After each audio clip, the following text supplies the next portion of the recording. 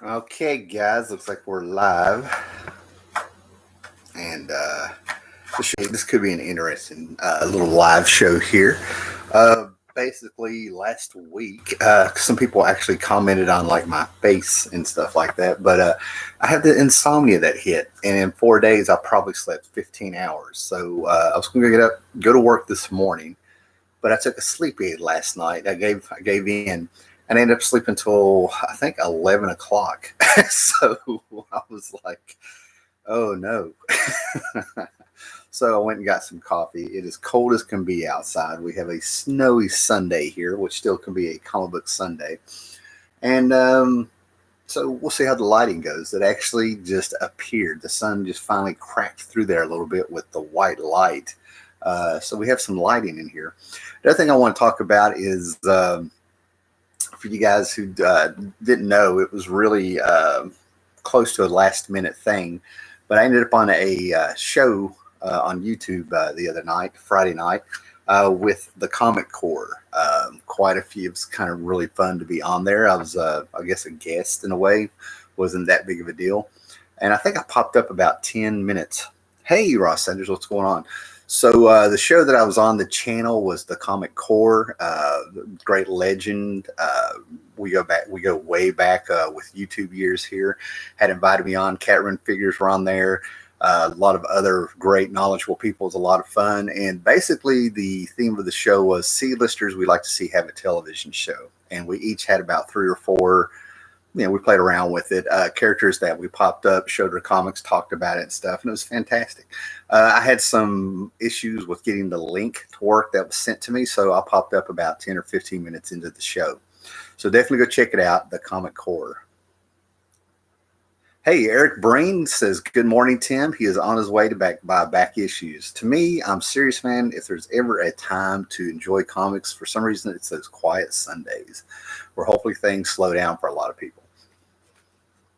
Now, I want to try to show maybe 1 or 2 more boxes here. That's going to leave 2 other boxes left over for the great comic book Purge, because I want to start hitting, since I'm home today and uh, it's going to get busy later on in the day. I'm going to go ahead and go through 5 more boxes and then see where I'm at, and probably going to start going through the short boxes I have here.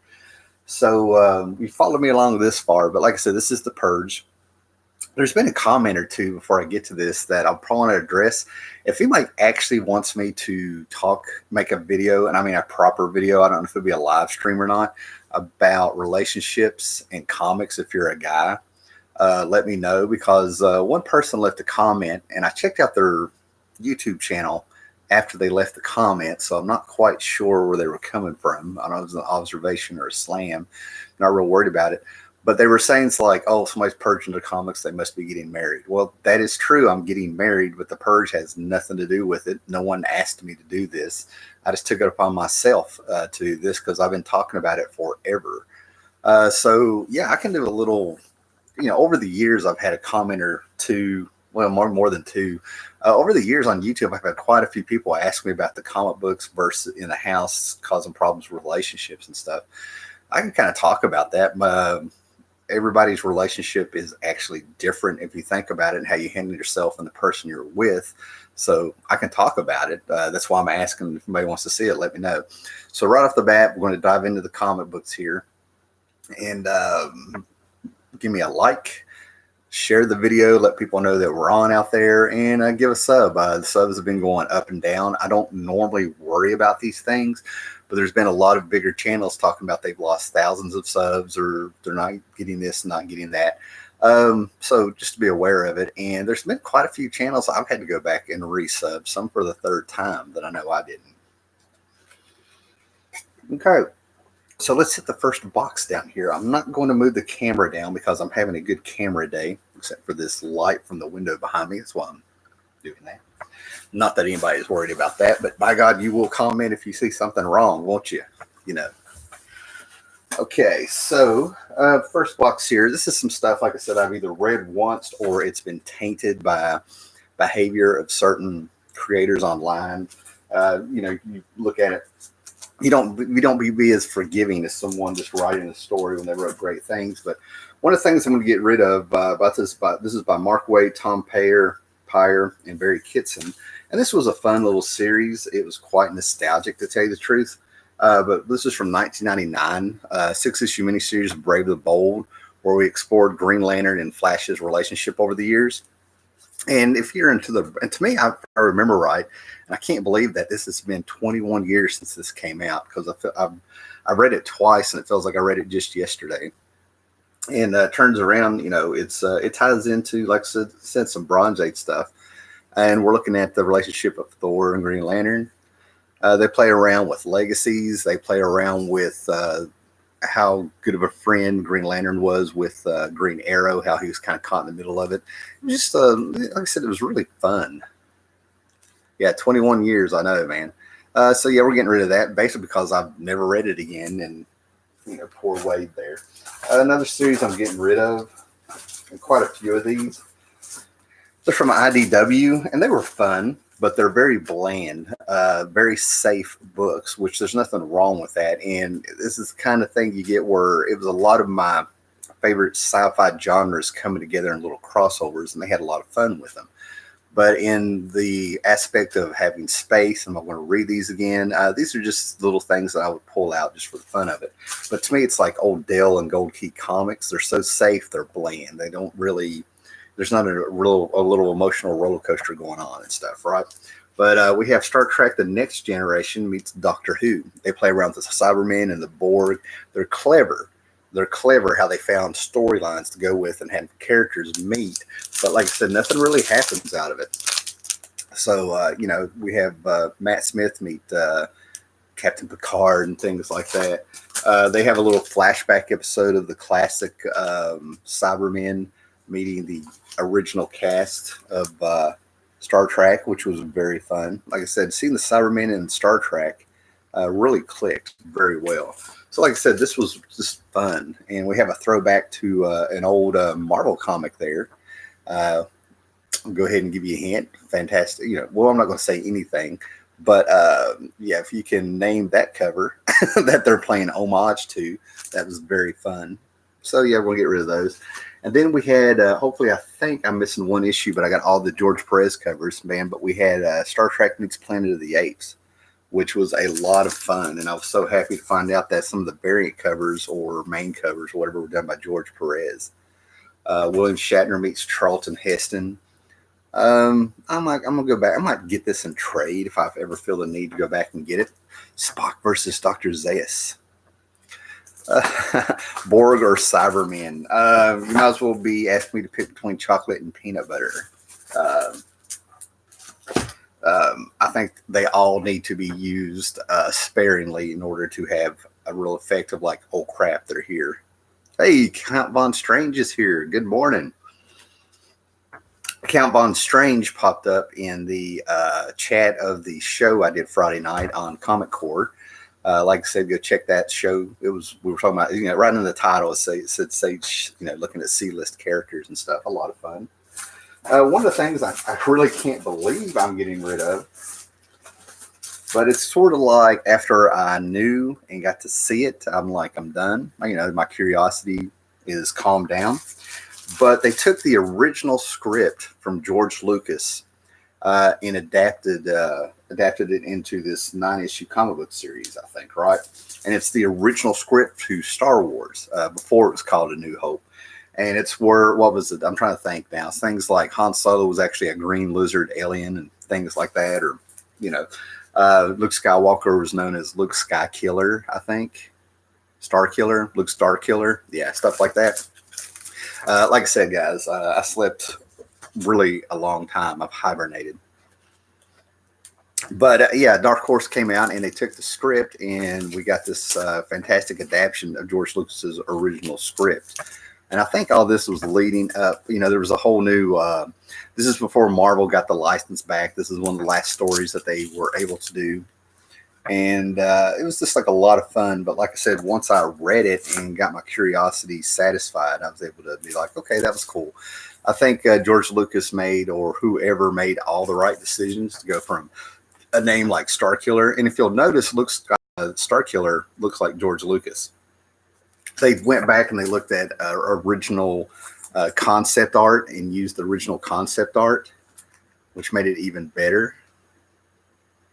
And the more you read it and stuff, the more I think you see where they went with things. I'm so glad that we didn't have Vince McMahon looking like Bane in the 70s there, So yeah, it was a lot of fun. Like I said, these books aren't horrible.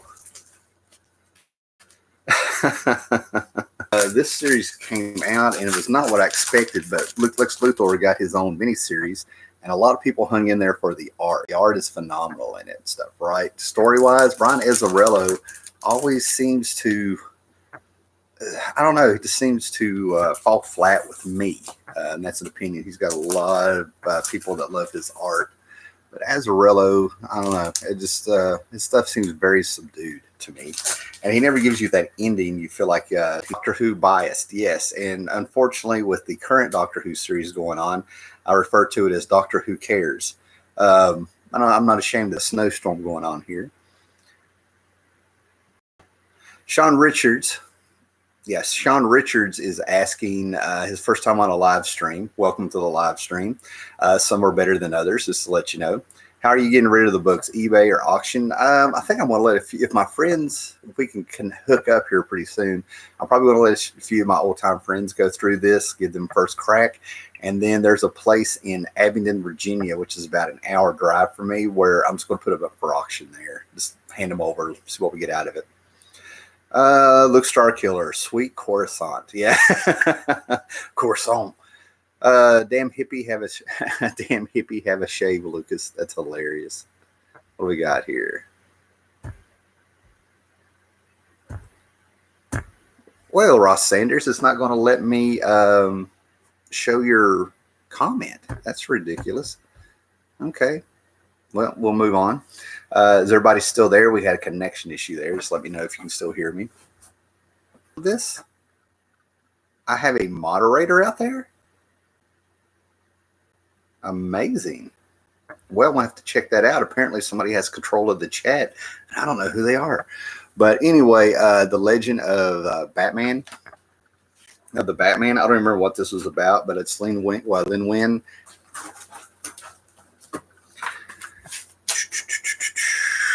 I think YouTube is messing with me.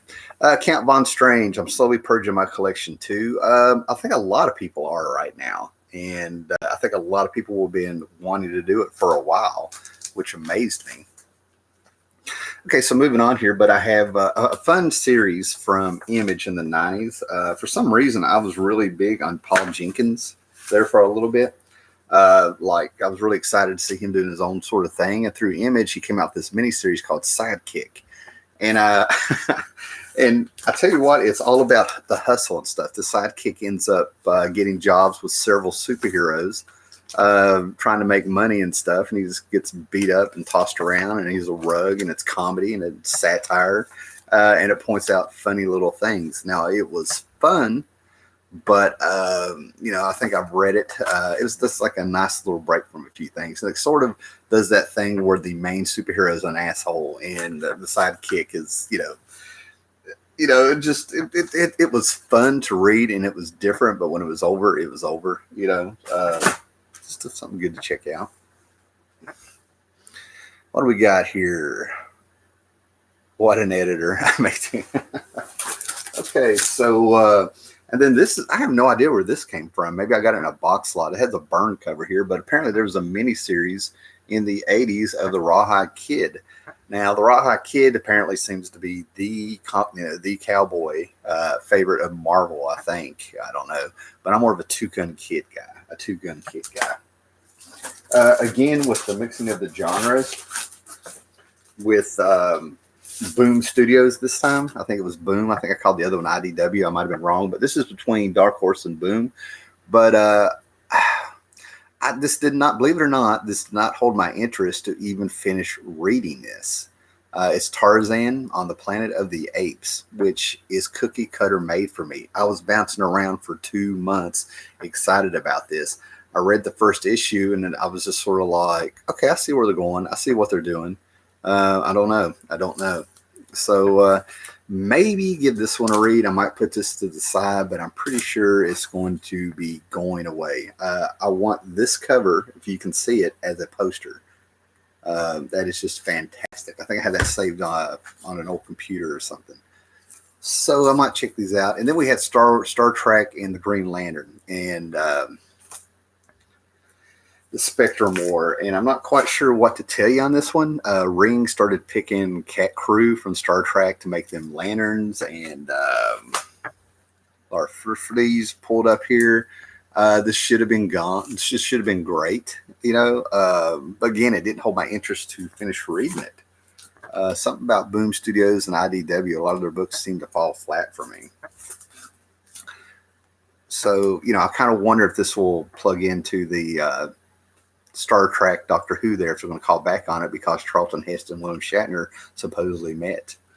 So, yeah, I mean, you know, they are what they are. They had to be safe to license, you know, licensed property, Green Lantern, all that stuff. There's also a Green Lantern Planet of the Apes book I wonder if I have.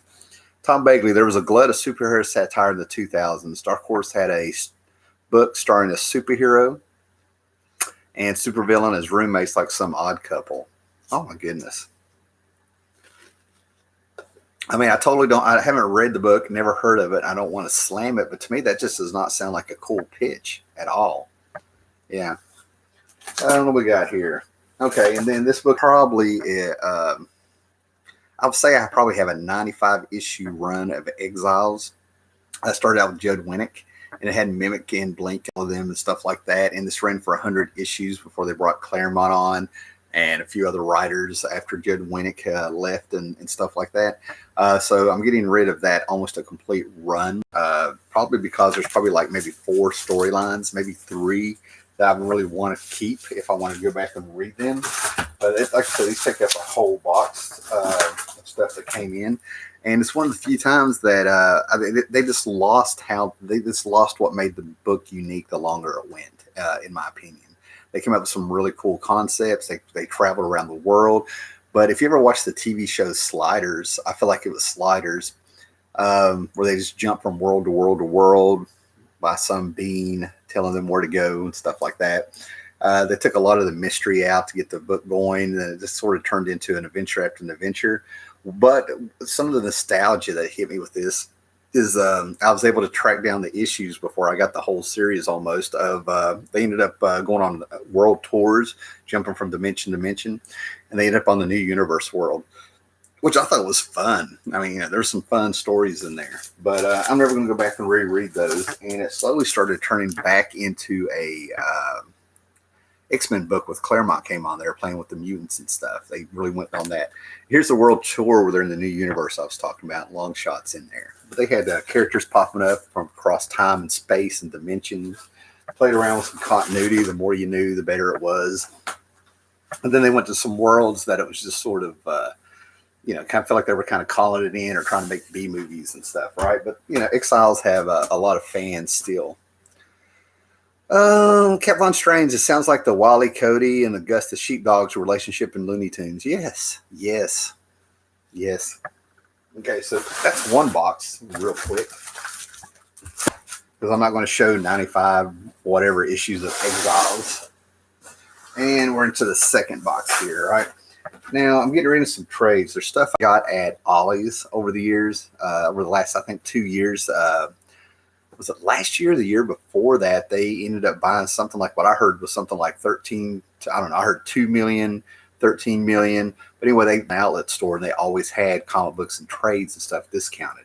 But this was the first directly from the warehouse instead of other stores that went out of business or something, or they couldn't sell them or they purged it like Books A Million and stuff, right? But one of the things I got is that apparently there's a series of hardbacks and or miniseries or whatever they are that Jim Starlin was doing in the 2010s with Thanos, playing around with it, or a dimension or something. But it's heavy sci-fi, and it's always great to see Jim Starlin returning to Thanos. To me, he's the only one that's ever really been able to handle Thanos, since he kind of created him.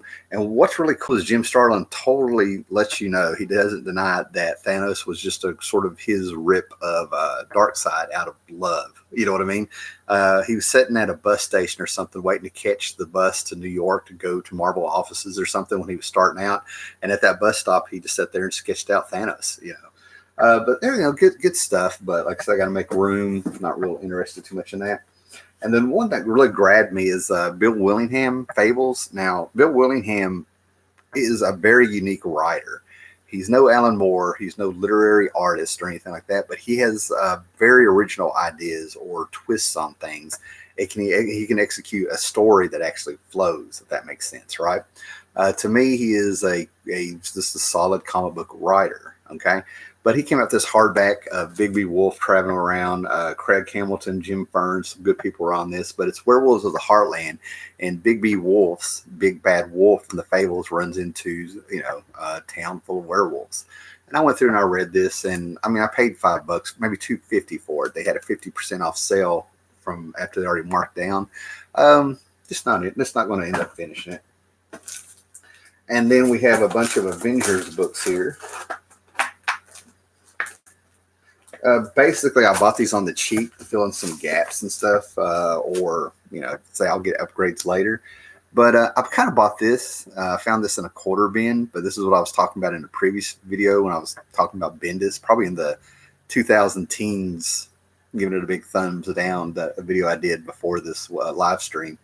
But Avengers Disassembled Part 1. I think that says enough. And these right here, I'm just going to upgrade these one day. I bought these on the cheap. They were cheap. They're doubles, or I'm just not going to go back and read the story.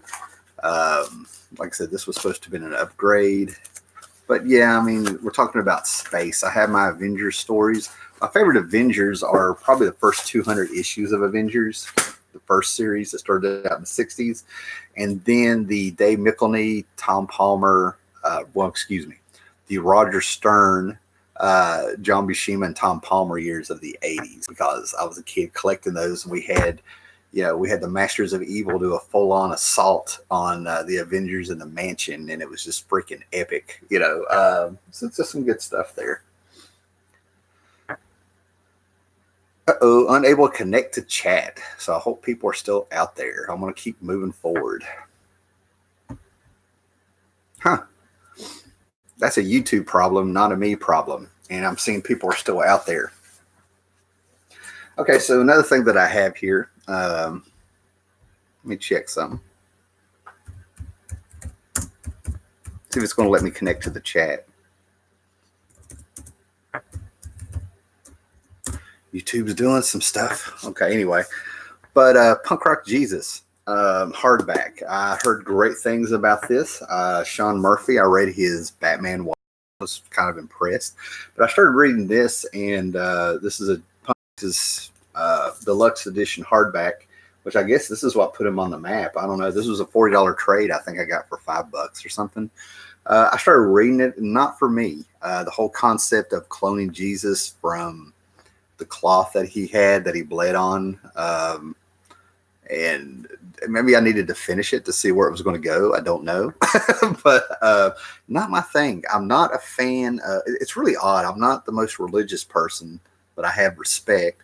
And at the same time, I don't like horror movies that go straight to religion to scare you. And I don't like stuff like this where, I don't know, it just seems unnecessary. So we'll be getting rid of that. I can go on and on. Something I'm really surprised I was able to give up, because I'm a huge Squadron Supreme fan, Squadron Sinister fan. That's where it goes back to where I'm a DC guy, and I really like seeing people do their own takes on what could have been with the Justice League. So when I read these books, there's no doubt in my mind that I see the archetypes that these characters are influenced by and stuff like that. But this J. Michael Straczynski Supreme Power books that came out under Max when Straczynski was hot, he came back, he saved the Spider-Man books, if you will. He did really well until, he got in until basically he had Gwen Stacy have the Green Goblin's twins. Anyway, but we'll go into that later. But the Supreme Power books were, this really felt like he took these DC characters, these established characters in Marvel, and Mark Grunwald is the only man I think that owns this, Squadron Supreme. Came out with a Supreme Power book, and he built up building this little universe of Hyperion landing here. The government's highly involved. It feels like the real world. He had Nighthawk turn into a character of color, and had some major issues. I mean, just amazing stuff. But it felt like a cross between Youngblood and I had it until I said it, but it really did feel like I'm not joking. It felt like a crossover between Youngblood and I don't know. He was just trying to put him in the real world. It was so funny what I was about to say. But some of the stuff that he had in here, fine. It was good. This was a character right out of Youngblood. I'm telling you, the wizard in this book. I feel like I'd seen it all before, and I probably hadn't. There's your Nighthawk. But it was no fun. It was very heavy when it didn't need to be heavy. The violence was real in it. He got into what if a serial killer got superpowers? They would find a bunch of bodies piled up, and they would be like, these weren't cut up. Those arms were ripped off, and I don't know. He just went too far of it. Took I don't know. It's full of nudity and stuff. But I hung in there, ended up backing up, getting some other issues to try to complete it.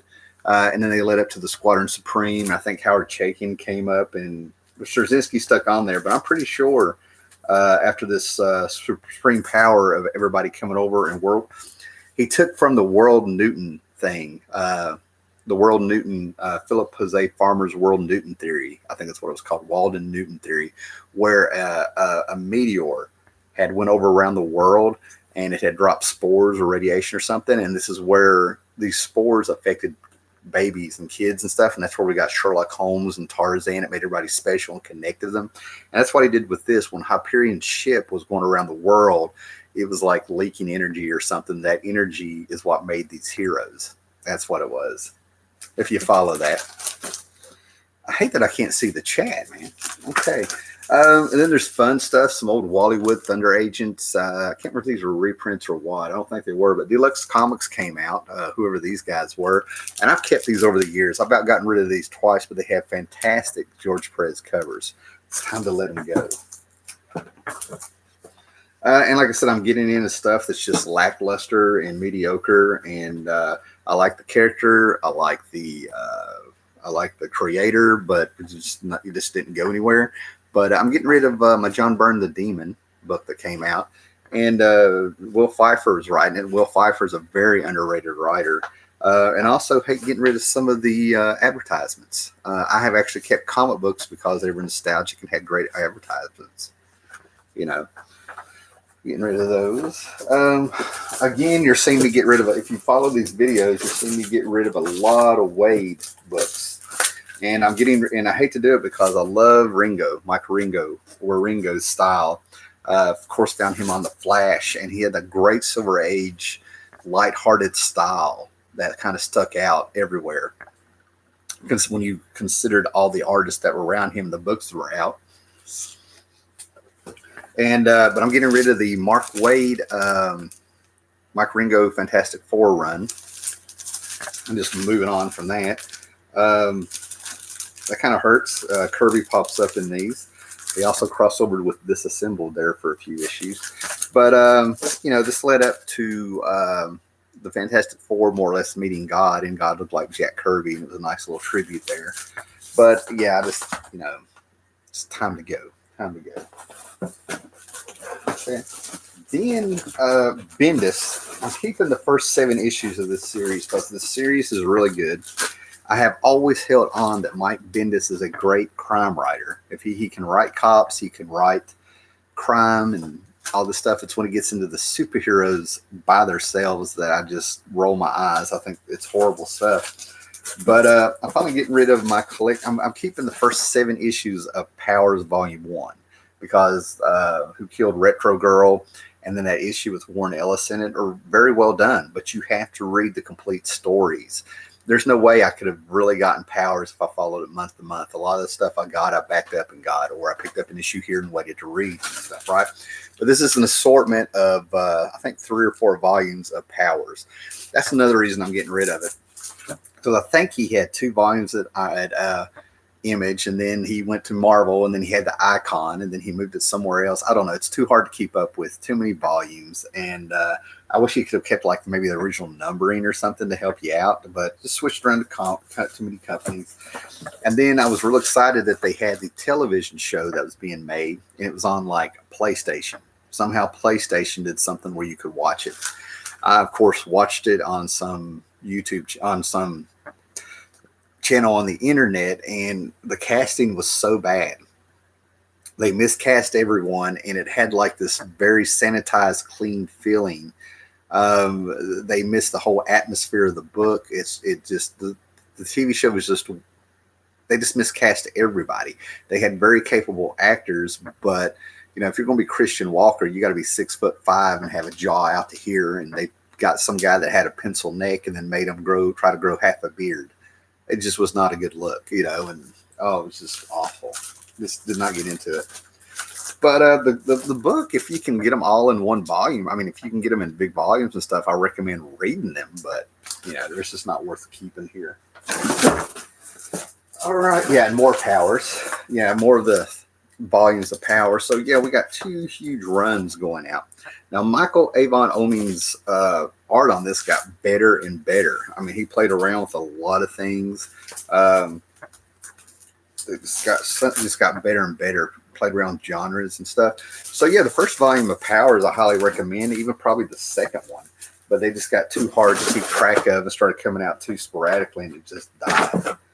Okay, guys, so since the chat's not working and it keeps telling me I'm having issues, and I have no doubt in my mind that it is a YouTube thing, we'll go ahead and stop this live stream, and maybe I'll do another one today. Now, like I said, if you guys want me to do a video, which I have no idea if anybody wants to hear or not, where I talk about comic books, collectibles, hobbies, and relationships, I've got some real life experience that I could throw out there. Hopefully, if you guys wanted to see the video, I'll do it. And hopefully I can keep it in a context of understanding where I'm coming from with some of the things I'm talking about, because I'm pulling from real life with me and my friends over the years. All right, guys, thanks for everybody popping in there, and be excellent to each other.